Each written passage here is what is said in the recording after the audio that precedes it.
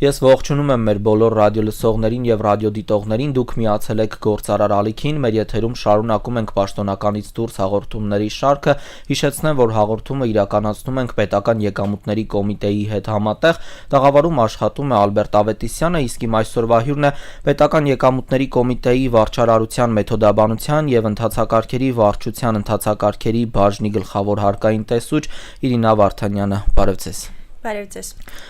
Վերջին տարիներին, ավելի կոնկրետ 2023-ից սկսած, փուլային եղանակով ներդրվեց ապրանքների թվային դրոշմավորման գործընթացը, սկսվեցին նույնականացման միջոցներով արդեն տարբերակել ապրանքները եւ այդպես գործընթացը սկսեց ձևավորվել 2025-26-ի համար, ինչ եղանակով, փուլային տարբերակով նոր ապրանքների համար ինչեր են սահմանվում, ուզեմ դրանից խոսենք, բացատրենք ռադիոլսողներին, ինչ փոփոխություններ են տեղի ունենում այս ոլորտում։ Շատ լավ, շնորհակալ եմ հրավերի համար, այսօր շատ արդիական թեմայից ենք խոսելու եւ կարեւոր է հասկանալ, որ դրոշմավորում գաղափարը առհասարակ Հայաստանում նոր չէ, ուղղակի դրա մեթոդներն են փոխվել եւ տեսակները։ Հայաստանում տարիներ առաջ, երբ որ ներդրվեց դրոշմավորման համակարգը, դա իրականացվում էր ակցիզային դրոշմանիշերով եւ դրոշմապիտակներով։ Հիմա թվային դրոշմավորման մեխանիզմին անցումը մեզ հնարավորություն է տալիս առավել արդյունավետ հարկային վարչարարություն իրականացնել, այսինքն պարզել տվյալ ապրանքի շրջանառության ամբողջ շղթայի նկատմամբ վերահսկողություն։ Եթե նախկինում մենք միայն կարողանում էինք ֆիքսել ներմուծման եւ արտադրության փուլը, ապա այժմ ապրանքի արտադրության ներմուծումից սկսած մինչև վերջնական սպառում հնարավոր է լինում վերահսկել տվյալ ապրանքի շարժը եւ ի վերջո ինչպես այն սպառվեց, ում կողմից, ինչ նպատակներով, այսինքն մեր վերջնական սպառողը ֆիզիկական անձ էր, ով գնեց ապրանքը իր կարիքները հոգալու համար, թե արդեն կազմակերպություն է, ով ապրանքը օգտագործելու է մեկ այլ ապրանքի արտադրության կամ ծառայության մատուցման համար։ Փուլային եղանակով ներդրվեց այս թվային դրոշմավորումը եւ սկսեցինք ծխախոտ ալկոհոլ տեսակի ապրանքներից 2023 թվականին։ Դրանից հետո դրոշմավորում սահմանվեց նաեւ ջրերի համար 2024-ին։ Եվ փուլային տարբերակը իրենից ենթադրում է նաեւ հնարավորություն տնտեսվարողներին ադապտացվելու շուկայի կանոններին, ինչը ոչ միշտ է լինում անցնցում իրականացնել։ Հենց դրանով էր պայմանավորված, որ առաջին խումբ ապրանքները դրանք ավելի պատրաստված եւ շուկայի նոր կանոններին ադապտացված տնտեսվարողներն էին։ Դրանից հետո արդեն մյուս ապրանքների համար 25 թվականից սկսած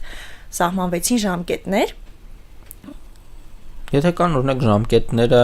ինչ ժամկետներ են սահմանվում դրանց մասով կամ ինչ-որ մանրամասներ, որոնք օրինակ հայտարարությունների տեսքով են լինում ու տնտեսվարողները դրանց շատ ժամանակ ուշադրություն չեն դարձնում, կարող ենք այդպես հայտարարել։ Եթե խոսենք արդեն 2025-26 թվականներին ներդրվող ապրանքների թվային դրոշմավորման ժամկետներից,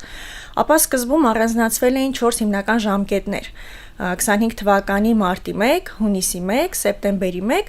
եւ 2026 թվականի հունվարի 1 ժամկետները։ Մարտի 1-ը ներդրվեց եւ այդ ապրանքները, օրինակ ըմպելիքներն էին, գարեջուրներ, մակարոնեղենը, պահածոները, անցան թվային դրոշմավորման մեխանիզմին։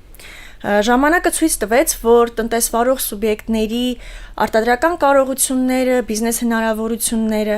նաև ռեսուրսները, իրենց հզորությունները դեռ ադապտացնելու ժամանակ ծախսեր, նույնիսկ ինչ-որ այլ ռեսուրսների անհրաժեշտություն կա, եւ դրանով պայմանավորված համապատասխան փոփոխություններ կատարվեցին ժամկետների մեջ։ Այսինքն այն ապրանքները, որոնք պետք է թվային դրոշմավորմամբ դրոշմավորվեին հունիսի 1, սեպտեմբերի 1-ից, դրանց ժամկետները տեղափոխվեցին 2026 թվականի հունվարի 1։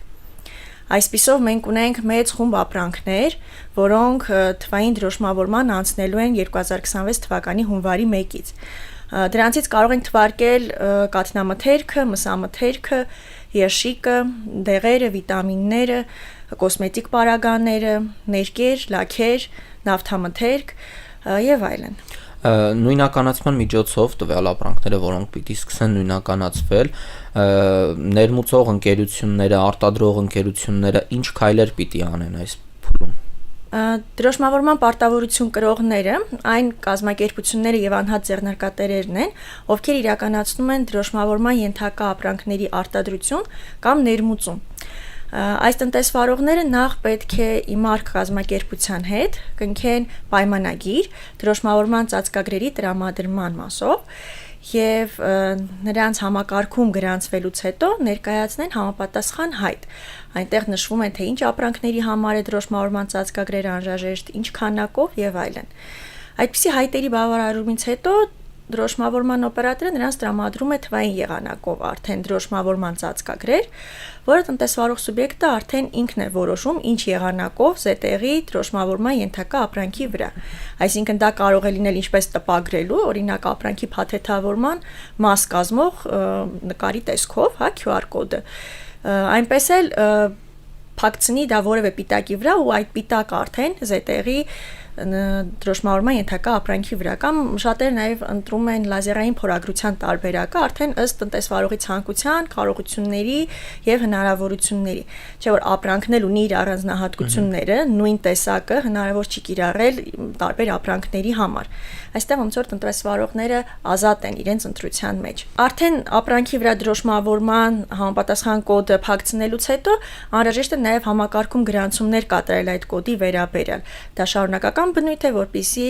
արդեն սպառողներն էլ հետագայում կարողանան տեսնել, թե ինչ ապրանք է, ում կողմից է արտադրվել եւ պետությունն էլ իր տեսանկյունից վերահսկելի լինի նրա համար, թե շրջանառության որ փուլում է գտնվում կոնկրետ այսինչ դրոշմավորման ծածկագիրը, արդեն դեռ նոր է թողարկված, մագնշված է, թե արդեն դրված է շրջանառության մեջ կամ միգուցե շրջանառությունից դուրս է եկել։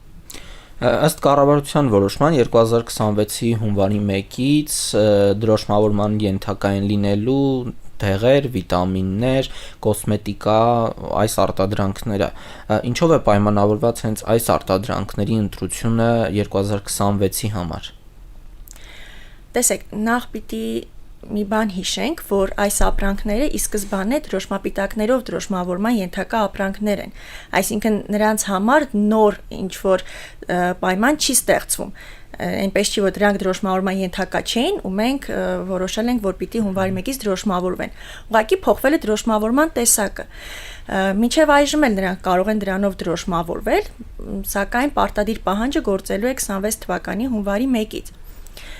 Երբ որ դրոշմավորման փուլային տարբերակներ ընտրվում, ուսումնասիրվել են յուրաքանչյուր ապրանքատեսակի իրացման ծավալները, շրջանառությունը, դրանց առանձնահատկությունները, ովքեր են սպառողները, ովքեր են արտադրող կամ ներմուծողները, ինչպիսի հզորություններ են անհրաժեշտ դրանց դրոշմավորումը այսինչ եղանակով իրականացնելու համար։ Այսպիսով բոլոր ապրանքների համար վերլուծություն իրականացնելուց հետո դրանք խմբավորվել են մի քանի փուլերի մեջ եւ այնպես է ստացվել, որ դեղեր, վիտամիններ, կոսմետիկա արտադրանքը արդեն ներառվել են վերջին փուլային տարբերակի 2026 թվականի հունվարի 1-ի մեջ։ Եթե տնտեսվարողները օրինակ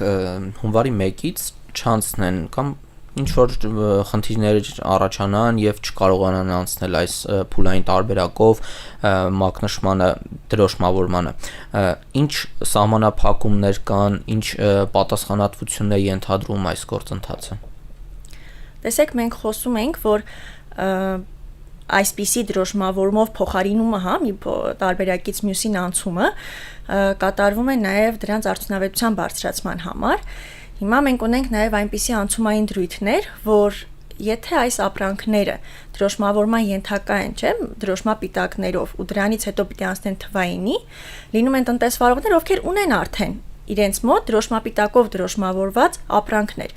Այդպիսի ապրանքները նույնիսկ 26 թվականի հունվարի 1-ից հետո իրացնելու դեպքում տնտեսվարողի համար պատասխանատվություն չի առաջանա։ Պայմանական X ապրանքի համար սահմանված է 26 թվականի հունվարի 1-ից դրոշմավորումը արդեն նույնականացման միջոցներով։ Տվյալ արտադրանքի արտադրողը այն արտադրել է ենթադրենք դեկտեմբեր ամսին 2025 թվականի եւ արդեն ստացված դրոշմապիտակներով դրոշմավորումը իրականացրել է։ Սակայն ինչ-ինչ պատճառներով իր իրացումները իրականացնել է 26-ի փետրվարին։ Այդ ապրանքի վրա արդեն կա հարկային օրենսգրքով սահմանված դրոշմապիտակ։ Հետևաբար կրկին դրոշմավորելու, միատել QR ավելացնելու անհրաժեշտությունը բացակայում է։ Դրանք կարող են իրացվել նաև այդ կերպ։ Սակայն եթե մենք խոսում ենք այն մասին, որ 26 թվականի հունվարի 1-ից պարտադիր էր նրա համար թվային դրոշմավորումը եւ առհասարակ ոչ մի տեսակի դրոշմավորում չկա, այստեղ արդեն մենք ունենք վարչական իրավախախտումների վերաբերյալ օրենսգրքով սահմանված պատասխանատվություն առանց դրոշմավորման ապրանքների օտարման համար։ Պատասխանատվության չափը իրենց ենթադրում է 70,000-ից մինչև 1,200,000 դրամի տուգանք, ինչը հաշվարկվում է արդեն իրավախախտման առարկա հանդիսացող ապրանքների ընդհանուր արժեքից ելնելով, տարբերակումները։ Մեր համար շատ պարզ էր, ես ենթադրում եմ ռադիոլսողների համար էլ է պարզ, թե ինչի է սա իրականացվում, ապրանքի սկզբնականից մինչև վերջնական կետին հասնելու, սպառողին հասնելու ճանապարհը ունենալու տեսանկյունից է սա արվում, արդյոք այլ ոլորտներ է մտնելու այս գործընթացը, օրինակ շինարարություն, շինանյութի դրոշմավորումը տեղի ունենա, մյուս ոլորտներ, որոնք դեռ այս ցանկում չկան։ Տեսեք, յուրաքանչյուր ապրանքի դրոշմավորում, երբ որ նոր է մտնում, այդպիսի գաղափարը, երբ որ չկա այդ ապրանքի դրոշմավորումը, նախ պետք է համապատասխան վերլուծություններով հիմնավորվեն, թե ինչու է նպատակահարմար հենց այդ ապրանքի դրոշմավորումը, այսինքն վերլուծում են տվյալ ապրանքի իրացման շուկան, ծավալները, միգուցե նաև ստվերի շրջանակը, արդյոք կա այդ ապրանքի նկատմամբ որևէ հետաքրքրություն, ովքեր են սպառողները, ովքեր են արտադրողները, ինչպիսի ծավալներով է այն առաջ շարժվում, դրա դրոշմավորումը ինչպիսի օգուտներ կտա ինչպես տնտեսությանը, այնպես էլ սպառողներին եւ տնտեսվարողներին, ինչ նոր հզորություններ, արտադրական կարողություններ, ռեսուրսներ են անհրաժեշտ դրա դրոշմավորումը իրականացնելու համար։ Եվ արդյոք այդ ապրանքի տեսքը կամ տեխնիկական բնութագրերը կարող են ենթադրել դրոշմավորման իրականացում, թե ոչ։ Այսպիսի համապարփակ վերլուծություններից հետո չի բացառվում, որ առաջիկայում նաև այլ ոլորտների, այլ ապրանքների նկատմամբ հնարավոր է սահմանվեն դրոշմավորման պահանջներ, սակայն նորից եմ նշում, այդ ամեն ինչը պետք է լինի համապատասխան վերլուծությունների եւ հիմնավորումների արդյունքում։ Շնորհակալ եմ շատ մեր ռադիոլսողներին բավականին տեղեկություն տալու իրենց առօրյայի մասին, որովհետեւ ես ինչքանով որ տեղեկացված եմ, սպառողը, ով որ սպառում է ապրանքը, ինքն էլ կարող է փորձել տեղեկանալ ապրանքի ծագման, արտադրանքի, արտադրողի եւ իրացնողի տվյալների մասին։ Այո, դա էլ շատ կարևոր բաղադրիչ է այս տեսակի դրոշմավորման համար, երբ քաղաքացին, ով ձեռք է բերում ցանկացած ապրանք, որը դրոշմավորման ենթակա է, կարող է իր բջջային հավելվածի միջոցով սկանավորել տվյալ QR կոդը եւ ստանալ տեղեկատվություն տվյալ ապրանքի մասին։ Ինչ ապրանք է, ում կողմից է արտադրվել կամ ներմուծվել, ինչպիսի նկարագիր ունի, բաղադրությունը, նաև պիտանիության ժամկետի մասին տեղեկություններ կան, եւ այստեղ մի հետաքրքիր հանգամանք էլ կա, որ ներմուծվող ապրանքների մասով գիտենք, որ կա պահանջ հայաֆիկացման այդպիսի տեղեկատվության փակցնման համար, նույնականացման միջոցներով դրոշմավորման դեպքում այդ տեղեկատվությունը եւս կարող է ներառվել դրոշմավորման ծածկագրերին վերաբերող տվյալների մեջ եւ սպառողը այդ հայաֆիկացման տարբերակը եւս տեսնի իր հավելվածի միջոցով։ Շնորհակալ եմ շատ։ Իսկ ես հիշեցնեմ, որ դուք դիտում կամ լսում եք պաշտոնականից դուրսը տաղավարում աշխատեց Ալբերտ Ավետիսյանը, իսկ իմ այսօրվա հյուրն էր Պետական եկամուտների կոմիտեի վարչարարության, մեթոդաբանության եւ ընթացակարգերի վարչության ընթացակարգերի բաժնի գլխավոր հարկային տեսուչ Իրինա Վարդանյանը։ Կհանդիպենք։